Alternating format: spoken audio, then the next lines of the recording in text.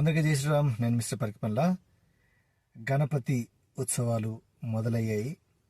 వాడవాడలా గణపతులను ప్రతిష్ఠించుకొని మండపాలు ఏర్పాటు చేసుకొని హిందూ సోదరులు మన హిందువుల పండగల్ని, మన సంస్కృతి సంప్రదాయాన్ని పాటిస్తూ అద్భుతంగా ఉత్సవాలు చేస్తున్నారు.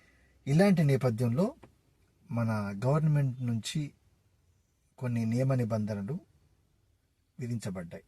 సాయంత్రం 6 గంటల నుంచి 10 గంటల వరకు మాత్రమే సౌండ్ సిస్టమ్స్ అనుమతించాలి.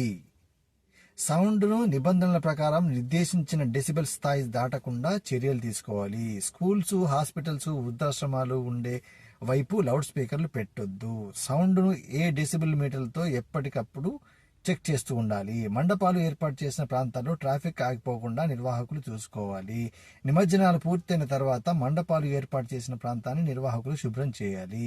ఫైర్ ఇంజన్లు, అంబులెన్స్లు వెళ్లేలా ట్రాఫిక్ సమస్య లేకుండా మండపాలు ఏర్పాటు చేయాలి.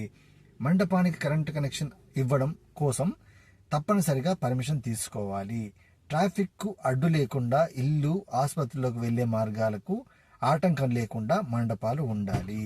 విగ్రహాలను సాధ్యమైనంత వరకు స్థానికంగా ఉన్న బహిరంగ ప్రదేశాలు అంటే కమ్యూనిటీ లొకాలిటీస్ ఉంటాయి కదా, కమ్యూనిటీ హాల్స్, అలాంటి మైదానాలలోనే ప్రతిష్ఠించాలి.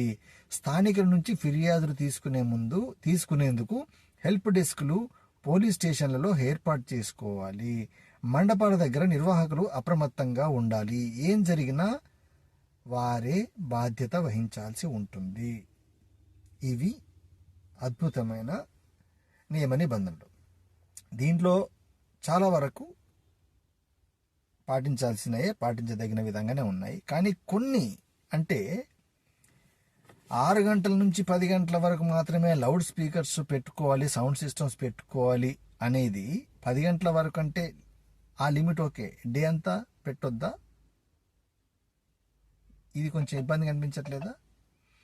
అండ్ అనుమతులు తీసుకోవడానికి కూడా మొన్న కూడా ఒక వీడియో చూసాం కదా సోషల్ మీడియాలో, 100 మీటర్లు ఇటు 100 మీటర్లు అటు దాకా మీరు నాయిస్ పొల్యూషన్ చేయొద్దు, అండ్ ఆ ఏరియాల్లో మీరు సౌండ్లు పెట్టొద్దు. ఆలోచించండి, ఏం చేద్దాం ఫ్యూచర్లో ఏం చేస్తే బాగుంటుంది ఆలోచించండి.